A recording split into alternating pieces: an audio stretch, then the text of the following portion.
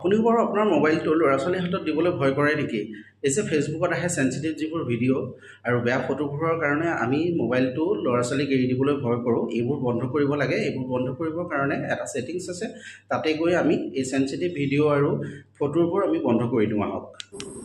ইয়াৰ কাৰণে আমি অফিচিয়েল এপছটোলৈকে যাম। ইয়াতে গৈ থ্ৰী ডটত টাচ কৰিম। থ্ৰী ডটত টাচ কৰাৰ লগে লগে আমি তললৈ ইনষ্টল কৰি আহিম। তললৈ ইনষ্টল কৰি অহাৰ লগতে ইয়াতে পাব আপোনালোকে ছেটিং এণ্ড প্ৰাইভেচি।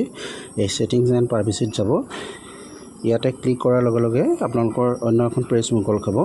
এইখন পেজ ইয়াতে ছেটিংছ বুলি যিটো অপশ্যন আছে ইয়াতে আকৌ পুনৰবাৰ ক্লিক কৰি তললৈ ইনষ্টল কৰি আহিব। ইয়াতে পাব কণ্টেণ্ট প্ৰেফাৰেঞ্চ। এইটো কণ্টেণ্ট প্ৰেফাৰেঞ্চ ইয়াতে আপোনালোকে ক্লিক কৰিব।